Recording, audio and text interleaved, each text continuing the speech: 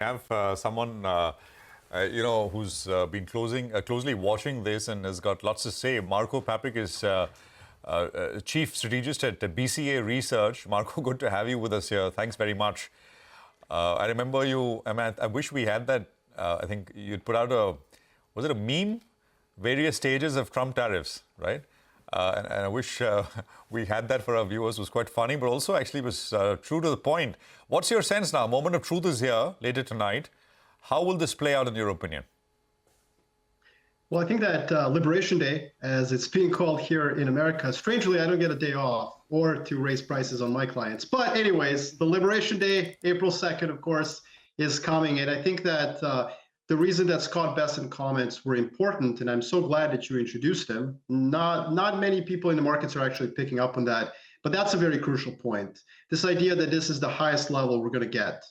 In other words, we could have April 2nd come in pretty hot with a very, very high level of tariffs, a pretty shocking moment, lots of selling, lots of VIX going up, but it may be the peak in deglobalization hysteria.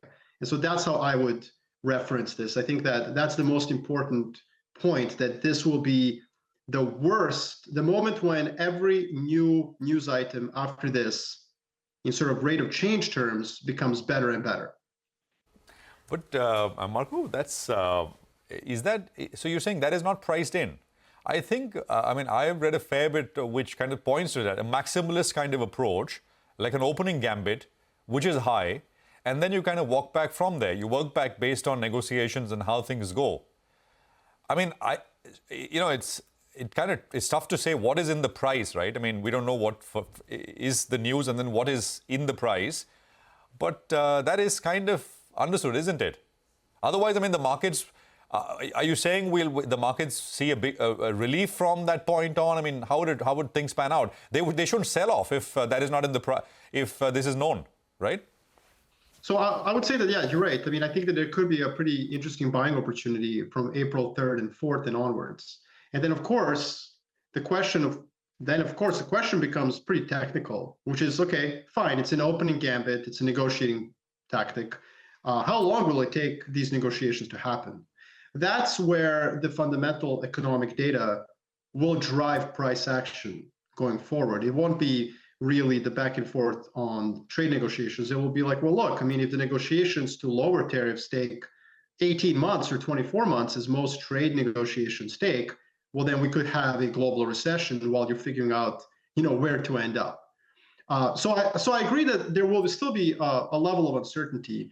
But I think that the fact that the Trump administration has pivoted pretty hard away from some other verbiage towards this kind of idea that they're just simply seeking fair trade and that they want to lower tariffs, I think that that is extremely positive. So what kind of verbiage have they pivoted away? Just to be clear, just to answer this question, remember when tariffs were about raising revenue for the US Treasury? Remember when it was about punishing the rest of the world, which has been free riding, and which has tasted sweet taste of liberty thanks to American sacrifices? That's where we were 4-5 months ago. That's where the verbiage from the White House was. And now suddenly, no. It's just an opening gambit. We just want India to lower tariffs on America. Well, wait a minute. That's not what you were saying 3-4 months ago, when this was really about financing American tax cuts with raising prices on, Indian imports or any other imports. And I think that shift in rhetoric is extremely important, and we should acknowledge it. A reality check, Marko. That's what some of the commentators here in India, some of the big market watchers have been saying, that finally the US administration is going to be in for an economic reality check. Prices, costs, commodities, final output, productivity, all that is hard math, and you can't take away from that, and eventually it'll prevail. So I really want to believe what you're saying. I got the same sense that you start with this, big opening gambit, then the reality, then the negotiations. You give some, I give some, and then we come down to sort of better levels. So perhaps this indeed is the worst, the peak, and then for markets it just gets better from here. So in that context, tell us what you've been doing last couple of weeks.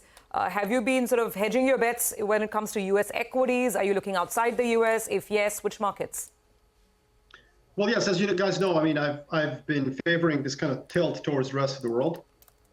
I think, ironically, Trump's America First policies have pricked the bubble of American exceptionalism. I mean, that's That's how the market has. That's what the market has been telling us. So it's European and Chinese markets, even EM, broad EM, that have outperformed the U.S. Dollar has been declining.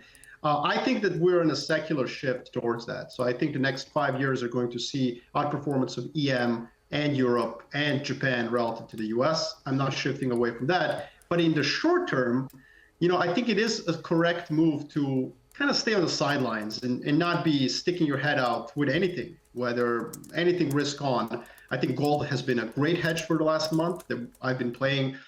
Yen, less so. Surprisingly, yen hasn't really rallied relative to the dollar, but that would be my other hedge as well. So those are my two favorite hedges for kind of surviving the next moment of turbulence.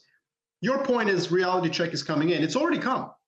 The 10-year yield has not come down as much as it should have, given the increase in recession probabilities. And that's telling you that those long-term inflation expectations, thanks to President Trump's policies, are already feeding into actual market moves. So borrowing rates in the US continue to be uncomfortably high, even though recession risk has gone up. And I think that's something that folks in the White House are watching very carefully. Hi, Marko. Good to see you on the show. Marko, talking about yields, the difference between the Indian bond as well as the US bond, that's come down drastically, right? And sometimes that's a recipe for, the domestic currency seeing some kind of weakness.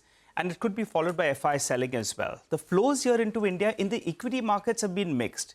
We had a burst of a week or so of a good amount of inflows, and that's reversed as well. What kind of feedback are you hearing from the foreign institutional investors with regard to the Indian markets? Because we were expensive at one point of time, but those valuations have pulled back now. Your take?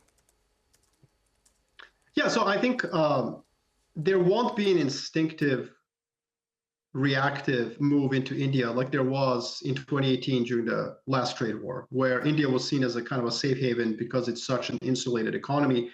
In many ways, I think that the world is just different between 2018 and 2025. You're right, valuations have improved.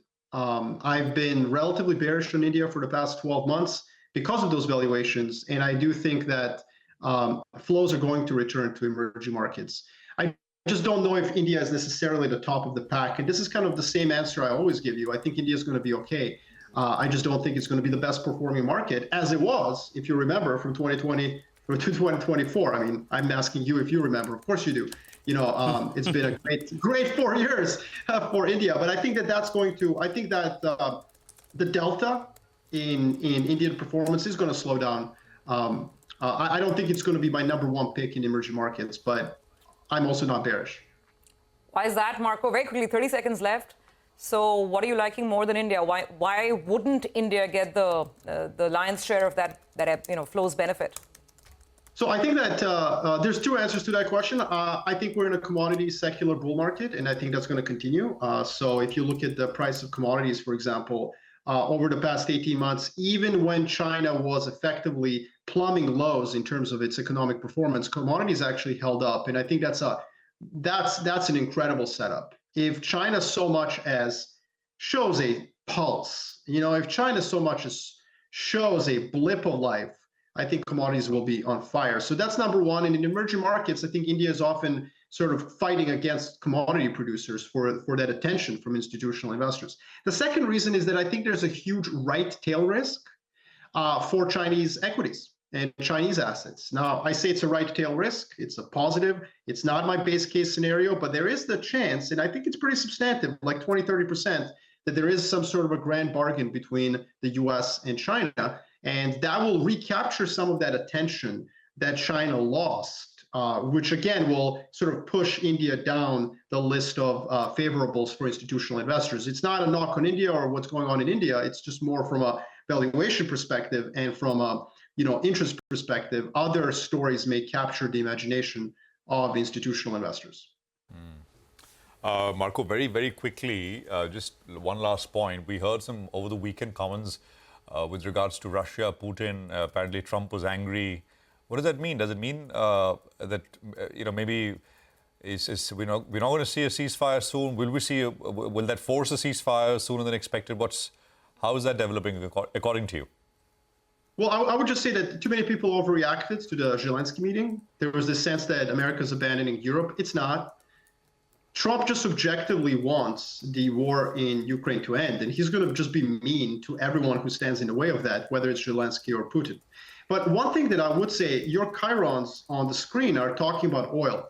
And I do want to point out that oil prices could be in for a surprising increase, in part because Trump is now threatening secondary sanctions on Russia, which of course would affect, for example, Indian corporates that are buying it. But also, there is something we didn't talk about today, which is strikes against Iran, which could be threatened over the next couple of months.